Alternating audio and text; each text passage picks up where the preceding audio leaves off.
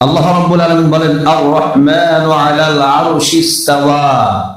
তাফসীর ইবনে কাসিরের অর্থ লেখা হয়েছে মহান আল্লাহ তাআলা আরশে অধিষ্ঠিত, আরশে সমাসীন।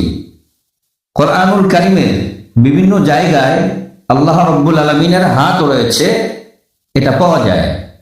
যেমন সূরাতুল ফাতিহার ভিতরে আল্লাহ তাআলা বলেন ইয়াদুল্লাহি ফাওকা আইদিহিম, তাদের হাতের উপরে আল্লাহর হাত। অসংখ্য সহিহ হাদিস রয়েছে যে আল্লাহ তাআলার পা রয়েছে।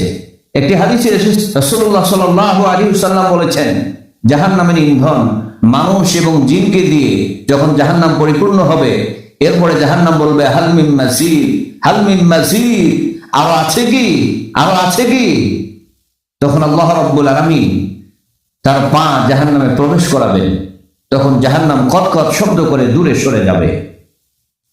তাহলে বোঝা যায় মহান আল্লাহ তাআলার হাত রয়েছে, পা রয়েছে এবং তিনি অধিষ্ঠিত হন।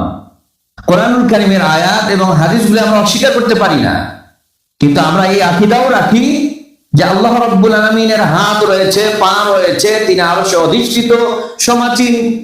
কিন্তু কেমন, এটা আমাদের ইলমে নাই, আমরা জানি না।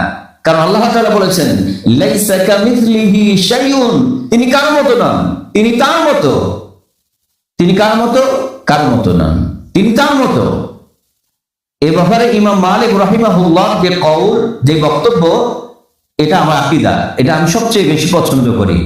ইমাম মালিক রাহিমাহুল্লাহ বলেছেন আল ইস্তাওয়া মা'লুমুন ওয়াল কাইফু মাজহুলুন ওয়াল ঈমানু বিহি ওয়াজিবুন ওয়াস সুআলু আনহু বিদআতুন।